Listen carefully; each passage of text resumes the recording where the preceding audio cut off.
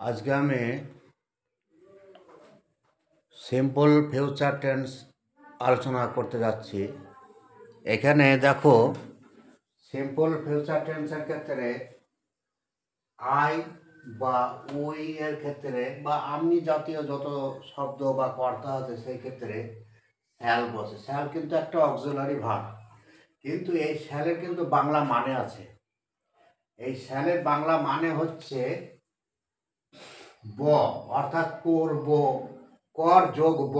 তাহলে এই বটাকে কিন্তু আমরা পাবো শেষে, বাবা লক্ষ্য রাখো। তারপরে ইউ এর ক্ষেত্রে উইল বসে, আমরা সবাই জানি। এরও বাংলা অর্থ যখন আমরা একটা ক্রিয়াপদকে বিশ্লেষণ করব তাহলে শেষে আমরা বে পাবো, এটাকে বে পাবো।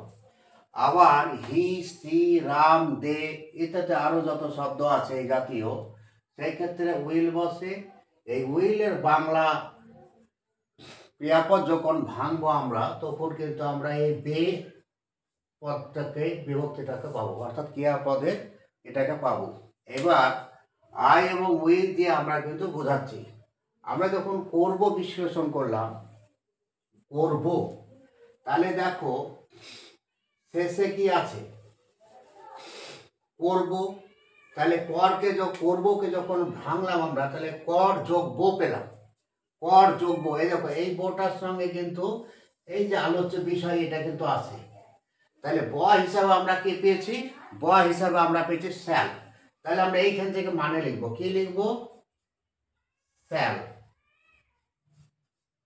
আর কর মানে হচ্ছে, এবার যোগ দাও, কর, কর কথার অর্থ হচ্ছে ডু, কর কথার অর্থ হচ্ছে এখানটায় ডু ধরো। এবার তাহলে কি হলো, শ্যাল ডু। তাহলে আমরা এখানে ডু লিখলাম। শেষ থেকে কিন্তু বাংলা শব্দের উপর আমি ইংরেজি অর্থ চাপিয়ে দেবো, শ্যাল ডু। ব অর্থে আমরা কিন্তু শ্যাল পেয়েছি। তাহলে বজ এখানে বলছে, স্বাভাবিকভাবে বজ এখানে বলছে, সেখানে শ্যাল হবে। এখানে কিন্তু বে নাই, বে থাকলে তখন কিন্তু উইল হতো। যাই হোক, আলোচ্য বিষয় হচ্ছে আমি বা আমরা কর্তা হিসাবে শ্যাল দিয়ে বাক্য করছি সেই সম্বন্ধে।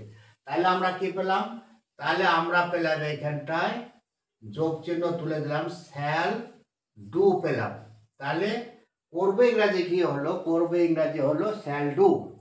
এবার একটা কোনো কাজ আগামীতে হবে বা করব, খাবো বা দেখবো, এরকম বোঝাতে কিন্তু সিম্পল ফিউচার টেন্স হয়। এবার সিম্পল ফিউচার টেন্সের একটা উদাহরণ দেখো, আমি বা আমরা, অর্থাৎ কর্তা যেখানে আই দিয়ে আলোচনা করছি আমি, তাহলে I shall do the work tomorrow. আমরা কি লিখলাম, I shall do the work tomorrow. তাহলে এইটা একই কথা বারবার বলতে হচ্ছে, কেননা এটা বোঝার ব্যাপার আছে। তাহলে আই শব্দের অর্থ কি হলো, আমি।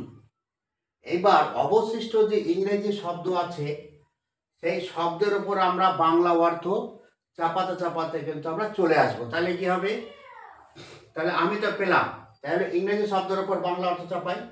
তাহলে টুমরো মানে আগামীকাল, এখানে লেখা হলো। ওয়ার্ক মানে কাজ, এখানে লেখা হলো। ডি মানে এখানে টি লেখা হলো। ডু মানে কর, আমরা আগেই পেয়েছি, ডু মানে কর, এখানে লেখা হলো। তাহলে শ্যাল মানে ব। তাহলে কি হলো, আমি এবার আমরা যখন এটাকে তুলে দেবো, যোগ চিহ্নটাকে তুলে দেবো, তাহলে কি হবে, আমি আগামীকাল কাজটি করব। তাহলে কি পেলাম, বা আমি আগামীকাল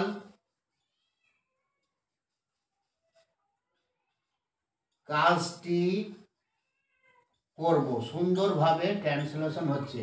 এবার আমি আগামীকাল কাজটি করব কি হলো, তাহলে আমরা যখন ইংরেজি বাক্য থেকে বাংলা বাক্যে নিয়ে আসবো বা বাংলা বাক্য থেকে ইংরেজি বাক্যে নিয়ে আসবো, সিস্টেমটা কিন্তু এক। অর্থাৎ নাম্বারিং করার অর্থই হচ্ছে তুমি একেরটা প্রথমে লেখো, 2 নম্বরটা তারপরে তুমি 2 নম্বরের কথার শব্দটার মানে লেখো ইংরেজি বা বাংলা। 3 নম্বরের অর্থ হচ্ছে তারপর 3 নম্বর লেখো।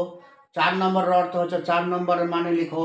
5 নম্বরের অর্থ হচ্ছে 5 নম্বর মানে লেখো। অর্থাৎ আমি যখন নাম্বারিং করছি তার অর্থ হচ্ছে নাম্বারের জন্য অনুযায়ী তুমি শব্দ বসাবে, নাম্বার অনুযায়ী শব্দ বসালে অটোমেটিক্যালি আমরা কিন্তু ইংরেজি থেকে বাংলা বাক্যে আসতে পারবো, আবার বাংলা বাক্য থেকে ইংরেজি বাক্যে যেতে পারবো।